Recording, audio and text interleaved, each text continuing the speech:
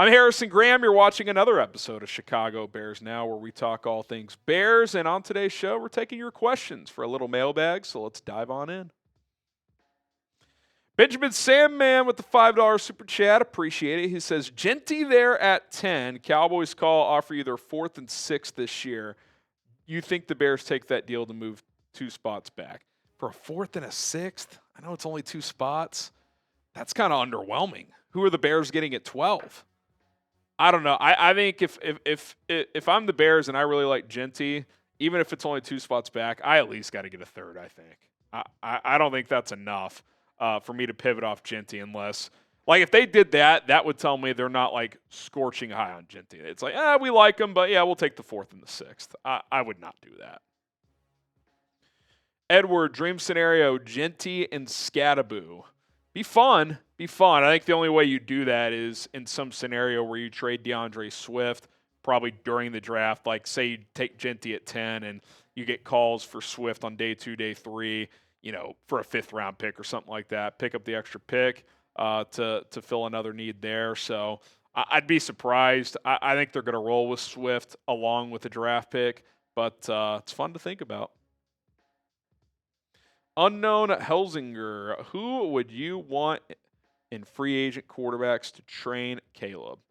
Well, I don't think you need someone to train Caleb. The Bears have coaches for that. But in terms of, like, a veteran presence, someone who's no threat to, start over him, obviously. Not that there's even anyone out there for that. But, like a Joe Flacco, a Case Keenum. If Teddy Bridgewater wanted to play this year, I'm not sure if he's going back to coach his high school again this year after winning state last year. Like someone like that where they've played a lot of ball, but they're not starters at this point, but they could be a veteran voice in the room. I'd be cool with someone like that. I think Bajent, from a playing standpoint, is perfectly fine as the backup. I think he is good enough to be that role, but if they wanted a veteran voice in there, someone like that could fill that void. Got Jeff Volk. How far would you be willing to trade down? I think it depends on the offers. I would trade into the early 20s if it got a future first. Like I did that in my last mock draft, traded down from 10 to 21. I think we picked up a 4th this year and a 1st next year. It's a lot of spots to move down, but if you get a 1st in next year's draft, the draft many consider that could be better than this year's, okay, we're talking.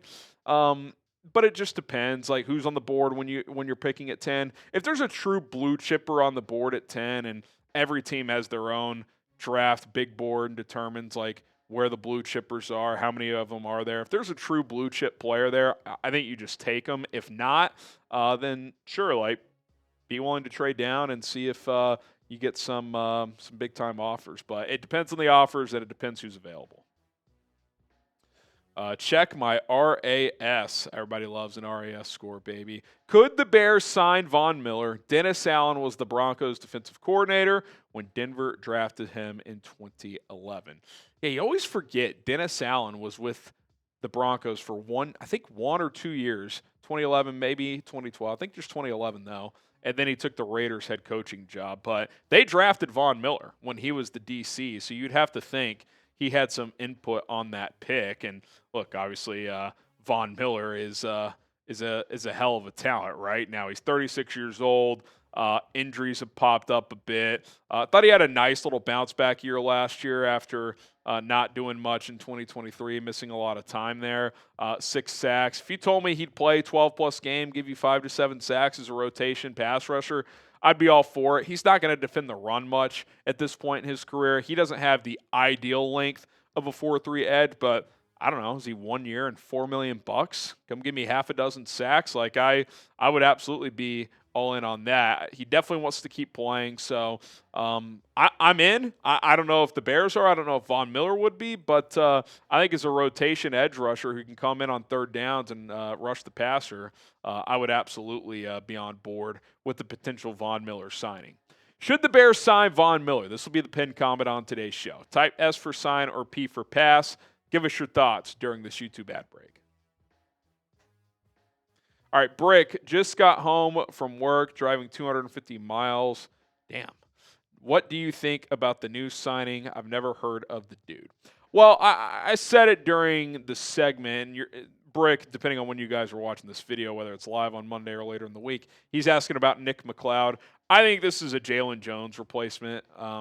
Versatile DB who's going to contribute primarily on special teams, but he's a little more versatile on defense if he does have to play. He can play a little safety, which has value because you have some safety depth question marks. Obviously, he can play inside and outside corner, over 1,100 career snaps on special teams. So he'll play primarily on special teams and contribute in the defensive backfield when called upon. Daniel Adkins, a lot of buzz and potentially drafting a linebacker. What are your thoughts? Well, you need a linebacker. You got Tremaine Edmonds, TJ Edwards, then special teams guys. Ahmed Ogbongbemiga, Noah Sewell, who hasn't shown you much. So they got to go get a linebacker to replace Jack Sanborn. We talked about EJ Speed earlier on Monday in free agency. He could be a guy you look at. There's guys on day 2, day 3 of the draft where you could find, come in, be a Sam linebacker. But, yeah, they need another player there, no question. Joe O'Donnell, is Grady Jarrett more of a pass rusher or a run defender at this point in his career? I think a pass rusher. He may not rack up crazy sacks, but I think that's where he's going to impact the game most is just, dent that pocket, like coaches like to say, make the quarterback uncomfortable, which is something Jarrett said. That doesn't pop up just with sacks, with hits, with hurries, getting him off his spot. I think he's going to be able to do that while also being an adequate run defender. I think that's the type of player you're getting. It's even more than adequate, best in the game when it comes to personal finance. That is Rocket Money. Download the Rocket Money app today at rocketmoney.com/Bears now. Personal finance app that can help you find and cancel your unwanted subscriptions, monitor your spending, and help lower your bills so that you can grow your savings. Listen, for you parents, you already know how much daycare costs if you have to utilize it. It's not cheap. I will just say that. And you got to manage your budget. You got to figure out between you and your family, how much do you want to spend on this? Can we afford to take a vacation this year? Well, Rocket Money is going to help you stay on top of your spending, monitor your finances, and show you all your subscriptions to see how much per month and per year you're spending. You're probably spending way more than you think. Most Americans think they spend about $62 per month on subscriptions. But get this, the number is closer to $300. Thankfully, I started using Rocket Money a couple of years ago, and they found a bunch of subscriptions I had forgotten all about. I had even double dipped in a couple of cases. When my wife and I got married, oh yeah, we probably should have canceled this streaming service you have that I also have. So there was a lot of that. So they're going to help you with all of that stuff. You may have signed up for a free trial that you have now been getting charged with month to month, and you're probably saying, Harrison, I don't spend that much. Oh, well. Put it to the test. Download the app, sync up your bank account, and see how much per month you're spending and how much you're saving or a lack thereof and how you could start to grow your savings. Rocket Money will help you do that. So 5 million users and counting, 500 million in canceled subscriptions saved for their customers, including members being able to save up to $740 per year when you use all the app's features. Stop wasting money on things you don't use. Cancel those unwanted subscriptions today. Take advantage of all the other features at rocketmoney.com/Bears now. rocketmoney.com/Bears now. Check it out. We Bears. Appreciate the super. He says, take both Ohio State running backs. Yeah, I've heard that. Again, are you trading Swift? What are you getting for Swift? Let me ask you guys this. Would you rather trade DeAndre Swift for a 5th or 6th round pick and draft TreVeyon Henderson along with another running back? Let's say, okay, take both your guys, right? Okay, let's say you take one in that 39-41 chunk and then the other one at 72. Would you rather do that and get a late day 3 pick for DeAndre Swift, or would you rather just keep Swift and just draft one running back, whether it's at 10, 2nd round, 3rd round? I'd rather do that because, sure, DeAndre Swift's not a perfect player, but he makes a decent amount of money. He's good out in space, is a part of a 1-2 punch. I think he can be really effective. So take Ashton Jeanty, get Quinshon Judkins, take Caleb Johnson, someone of that ilk to pair with DeAndre Swift. And if you want to move on from Swift after this year, it's a lot easier to do so. You could cut him, you could trade him, save more money in 2026, and then you could draft a running back again next year. So that's kind of where I'm at I don't think the Bears are in position to spend 2 premium picks on a running back this year, but they'll definitely spend 1. DC Viper, who is a draft sleeper that you would love the Bears to draft? A name I've circled back to a few times. I like Ty Robinson out of Nebraska, the defensive tackle. Really athletic, 6-year college player, a little bit older, so he could slip in the draft, 4th, 5th round. He's a fun player. Trying to think. There's a couple tight ends I like on day 3. We actually got to talk to Jalen Conyers at the Big 12 Pro Day last week. Really good blocker, better athlete than you would think. He could be a fun, like, late 6th round type of guy, come in, block, and be a reliable 3rd tight end. So there's a few guys, but those are a few names to keep in mind. Subscribe to Bears Now for full Bears offseason coverage. You want to be caught up on the latest news? You want to know when the Bears sign a player and what my reaction to it is? How about the juicy rumors and trade buzz out there? We cover it all. I give my takes on all of it. And best part, it's 100% free. So what are you waiting for? Go ahead and hit that subscribe button. David Hernandez, if Mason Graham does fall, what does that mean for Gervon Dexter? Do we trade him or sit him? Obviously, you don't take Graham at 10 for him to sit, right? No, I just think it kind of beefs up your room, right? And it becomes a competition, and I think there'd be a lot of rotating. I mean, they are defensive tackles. They're not going to play 90% of the snaps. But your room would be pretty loaded, right? You'd have Mason Graham, Gervon Dexter, Grady Jarrett, and Andrew Billings. It's a fun group of 4, and they'd all play a good amount. As far as the pecking order goes, that's what training camp's for. That's what the offseason's for. There should be a lot of competition. This team won 5 games last year. So I like Dexter, but I don't think Gervon Dexter's presence should stop the Bears from drafting a defensive tackle if they really like one. Tao Mamada, why are we off drafting O-line? I'd take Josh Simmons and Caleb Johnson. No one's off drafting O-line, but I do think we have entered BPA. Josh Simmons, to me, is just not a better prospect than an Ashton Jeanty, than a Tyler Warren. He's also coming off a bad knee injury. So if you want to trade down for Josh Simmons, cool. To me, Josh Simmons isn't a top 10 player in this draft. And if you're taking the 16th best player in the draft at 10, I don't think that's good drafting. Now, maybe he'll end up being a top 10 player, but I think with the knee injury, that's a pretty big risk. Had he not had the injury, I'd be much more comfortable taking him at 10. The reality is he did have the injury. So that's my stance. I like Armand Mimbu. I would take him at 10.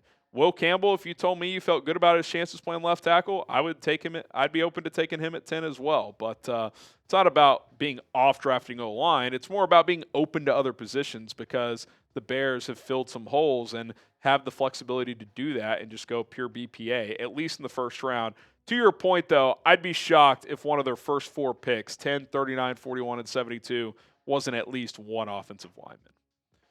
Who is your favorite current Bear? Obviously, all time, the Walter Paytons, the Devin Hesters, the Brian Urlachers, the Dick Butkuses, whoever, Ditka.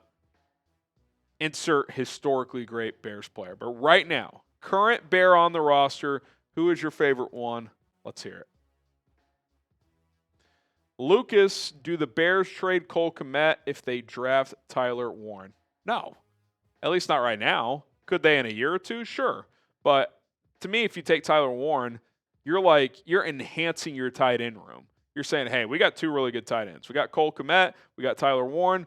The Lions' offense was 3rd in 12 personnel utilization last year at over 32%. Those 2 guys would play together quite a bit. It would take some pressure off Cole's plate as well. And for Tyler, in this case, he wouldn't be asked to come in and do what Brock Bowers did right away. Like, the Raiders needed Brock Bowers to be a star right away.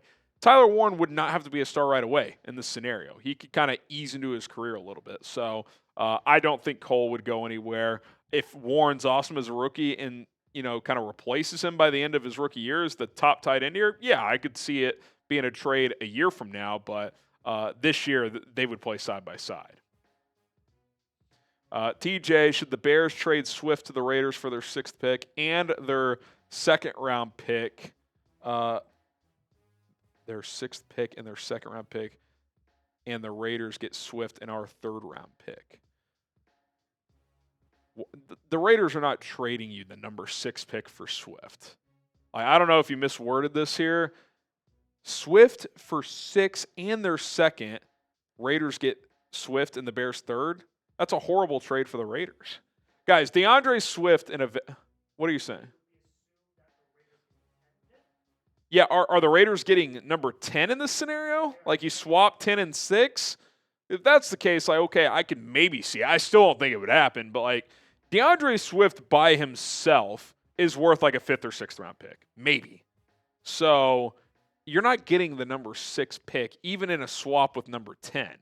Like the point gap between 6 and 10 is like a 2nd round pick. So, like, you're basically saying DeAndre Swift is worth a 2nd round pick in that scenario. So, no, that's not realistic. All right, appreciate all your questions. If you have more, fire in my DMs at HGramNFL. Twitter and Instagram is where you can find me at HGramNFL. Slide into the DMs over there. Fire in your Bears questions. We appreciate everybody for tuning in. Bear down.